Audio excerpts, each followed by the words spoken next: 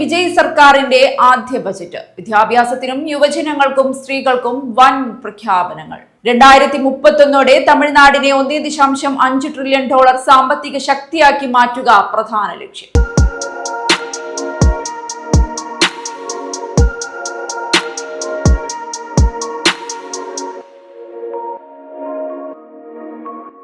തമിഴ്നാട്ടിൽ മുഖ്യമന്ത്രി വിജയുടെ നേതൃത്വത്തിലുള്ള സർക്കാരിന്റെ ആദ്യ സമ്പൂർണ്ണ ബജറ്റ് നിയമസഭയിൽ അവതരിപ്പിച്ചു. ധനമന്ത്രി മാരിയ വിൽസനാണ് ബജറ്റ് അവതരിപ്പിച്ചത്. സർക്കാരിന്റെ വികസന കാഴ്ചപ്പാടും ക്ഷേമ പദ്ധതികളും ഒരുപോലെ ഉൾക്കൊള്ളുന്ന ബജറ്റാണിതെന്ന് അദ്ദേഹം വിശേഷിപ്പിച്ചു. മുഖ്യമന്ത്രി വിജയുടെ നേതൃത്വത്തെ പ്രശംസിച്ചുകൊണ്ടാണ് ധനമന്ത്രി ബജറ്റ് പ്രസംഗം ആരംഭിച്ചത് തന്നെ. 2031 തമിഴ്നാടിനെ $1.5 ട്രില്യൺ സാമ്പത്തിക ശക്തിയാക്കി മാറ്റുക എന്നതാണ് സർക്കാരിന്റെ പ്രധാന ലക്ഷ്യമെന്നും അദ്ദേഹം വ്യക്തമാക്കുന്നുണ്ട്. ഈ ബജറ്റിന്റെ ഏറ്റവും വലിയ പ്രത്യേകത വിദ്യാഭ്യാസ മേഖലയ്ക്ക് നൽകിയിരിക്കുന്ന പ്രാധാന്യം തന്നെയാണ്. സംസ്ഥാനത്തെ സർക്കാർ സ്കൂളുകളുടെയും കോളേജുകളുടെയും അടിസ്ഥാന സൗകര്യങ്ങൾ മെച്ചപ്പെടുത്തുന്നതിനും വിദ്യാർത്ഥികൾക്ക് ആധുനിക പഠന സൗകര്യങ്ങൾ ഒരുക്കുന്നതിനുമായി വൻ തുകയാണ് സർക്കാർ നീക്കിവെച്ചിരിക്കുന്നത്. സംസ്ഥാനത്തെ 3734 സർക്കാർ സ്കൂളുകളുടെ നിലവാരം ഉയർത്തുന്നതിനായി 300 കോടി രൂപയാണ് ബജറ്റിൽ വകയിരുത്തിയത്. കെട്ടിടങ്ങൾ നവീകരിക്കുക, ക്ലാസ് മുറികൾ കൂടുതൽ ആധുനികമാക്കുക, വിദ്യാർത്ഥികൾക്ക് മികച്ച പഠനാന്തരീക്ഷം ഒരുക്കുക തുടങ്ങിയ ലക്ഷ്യങ്ങളോടെയാണ് പദ്ധതി നടപ്പാക്കുന്നത്. സ്കൂളുകളിലും വിദ്യാഭ്യാസ സ്ഥാപനങ്ങളിലും ശുചിത്വവും സുരക്ഷയും ഉറപ്പാക്കാൻ സൂപ്പർ ക്ലീൻ സൂപ്പർ ക്യാമ്പസ് എന്ന പുതിയ പദ്ധതിയും പ്രഖ്യാപിച്ചിട്ടുണ്ട്. ആദ്യഘട്ടത്തിൽ സംസ്ഥാനത്തെ 10,000 വിദ്യാഭ്യാസ സ്ഥാപനങ്ങളിൽ പദ്ധതി നടപ്പാക്കും. ഇതിനായി 139 കോടി രൂപയാണ് വകയിരുത്തിയിരിക്കുന്നത്. വിദ്യാർത്ഥികൾക്ക് ആരോഗ്യകരവും സുരക്ഷിതവുമായ പഠനാന്തരീക്ഷം ഒരുക്കുകയാണ് പദ്ധതിയുടെ പ്രധാന ലക്ഷ്യം. കോളേജ് വിദ്യാർത്ഥികൾക്കായി വെട്രി ലാപ്ടോപ്പ് സ്കീം എന്ന പുതിയ പദ്ധതിയും ബജറ്റിൽ പ്രഖ്യാപിച്ചു. ഈ പദ്ധതിയിലൂടെ അർഹരായ കോളേജ് വിദ്യാർത്ഥികൾക്ക് സൗജന്യമായി ലാപ്ടോപ്പുകൾ വിതരണം ചെയ്യും. ഡിജിറ്റൽ വിദ്യാഭ്യാസം കൂടുതൽ ശക്തിപ്പെടുത്തുക എന്ന ലക്ഷ്യത്തോടെയാണ് പദ്ധതി നടപ്പാക്കുന്നത്. ഇതിനായി മാത്രം 2000 കോടി രൂപയാണ് സർക്കാർ വകയിരുത്തിയത്. വിദ്യാഭ്യാസ മേഖലയ്ക്ക് ആകെ നൽകിയിരിക്കുന്ന വിഹിതവും ശ്രദ്ധേയമാണ്. സ്കൂൾ വിദ്യാഭ്യാസ വകുപ്പിന് 44,527 കോടി രൂപയും ഉന്നത വിദ്യാഭ്യാസ വകുപ്പിന് 8,393 കോടി രൂപയുമാണ് ബജറ്റിൽ അനുവദിച്ചിരിക്കുന്നത്.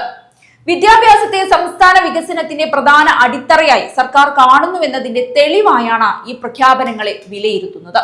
ഭാവിയിലെ സാങ്കേതിക വിദ്യകൾക്കനുസരിച്ചുള്ള പഠനരീതി വിദ്യാർത്ഥികൾക്ക് AI അഥവാ കൃത്രിമ ബുദ്ധി ലഭ്യമാക്കാൻ അടിസ്ഥാനമാക്കിയുള്ള പുതിയ പാഠ്യപദ്ധതി രൂപീകരിക്കുമെന്നും ബജറ്റിൽ പ്രഖ്യാപിച്ചിട്ടുണ്ട്.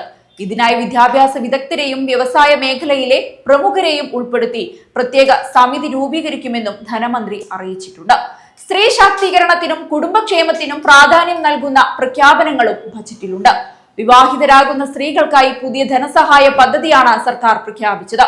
വിവാഹ സമയത്ത് വധുവിന് 1 പവന്റെ സ്വർണ്ണ നാണയവും 1 സിൽക്ക് സാരിയും അണ്ണൻ സീർ അതായത് സഹോദരന്റെ സമ്മാനമായി സർക്കാർ നൽകുമെന്ന് ധനമന്ത്രി അറിയിച്ചു. ഇതിനായി 812 കോടി രൂപയാണ് ബജറ്റിൽ വകയിരുത്തിയത്. സ്ത്രീകൾക്ക് സാമ്പത്തിക പിന്തുണ നൽകുകയും വിവാഹ ചിലവിന്റെ ഭാരം കുറയ്ക്കുകയും ചെയ്യുക എന്നതാണ് ഈ പദ്ധതിയുടെ ലക്ഷ്യം. ശിശുക്ഷേമ മേഖലയിലും ബജറ്റിൽ പുതിയ പ്രഖ്യാപനങ്ങളുണ്ട്. സംസ്ഥാനത്തുടനീളം 500 പുതിയ അങ്കണവാടികൾ ആരംഭിക്കുമെന്ന് സർക്കാർ അറിയിച്ചു. കുട്ടികൾക്കും അമ്മമാർക്കും കൂടുതൽ മികച്ച സേവനങ്ങൾ ലഭ്യമാക്കാൻ ഇതിലൂടെ കഴിയുമെന്നാണ് വിലയിരുത്തപ്പെടുന്നത്.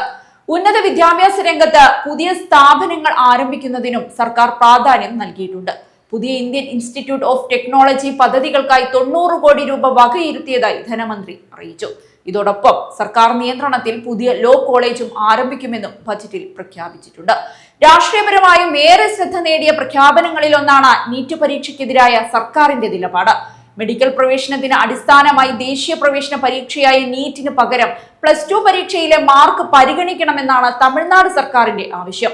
ഈ വിഷയത്തിൽ കേന്ദ്ര സർക്കാരിന്മേൽ സമ്മർദ്ദം ശക്തമാക്കുമെന്നും ബജറ്റിൽ വ്യക്തമാക്കുന്നുണ്ട്. തമിഴ്നാടിന്റെ ദീർഘകാല നിലപാട് തുടർന്നുകൊണ്ടാണ് ഈ പ്രഖ്യാപനം. കേരളവുമായി ബന്ധപ്പെട്ട ശ്രദ്ധേയമായ മറ്റൊരു പ്രഖ്യാപനവും ബജറ്റിലുണ്ട്. മുല്ലപ്പെരിയാർ അണക്കെട്ടിലെ ജലനിരപ്പ് ഉയർത്തുന്നതിനുള്ള നടപടികൾ സ്വീകരിക്കുമെന്ന് സർക്കാർ പ്രഖ്യാപിച്ചു. ഇത് കേരള തമിഴ്നാട് ബന്ധത്തിൽ വീണ്ടും ചർച്ചയാകാൻ സാധ്യതയുള്ള വിഷയമായാണ് വിലയിരുത്തപ്പെടുന്നത്. വിദ്യാഭ്യാസം, സ്ത്രീ ശാക്തീകരണം, യുവജന വികസനം, ശിശുക്ഷേമം, ഡിജിറ്റൽ പഠനം, ഉന്നത വിദ്യാഭ്യാസം, സംസ്ഥാനത്തിന്റെ ദീർഘകാല സാമ്പത്തിക വളർച്ച എന്നിവയ്ക്ക് മുൻതൂക്കം നൽകിയുള്ള പ്രഖ്യാപനങ്ങളാണ് വിജയ് സർക്കാരിന്റെ കന്നി ബജറ്റിന്റെ മുഖമുദ്ര. ക്ഷേമ പദ്ധതികൾക്കും വികസന പദ്ധതികൾക്കും ഒരുപോലെ പ്രാധാന്യം നൽകിയിരിക്കുന്ന ഈ ബജറ്റ് തമിഴ്നാടിന്റെ ഭാവി വികസനത്തിനുള്ള റോഡ് മാപ്പാണെന്ന് സർക്കാർ അവകാശപ്പെടുമ്പോൾ പ്രതിപക്ഷത്തിന്റെ പ്രതികരണങ്ങളും വരും ദിവസങ്ങളിൽ നിർണായകമാകും.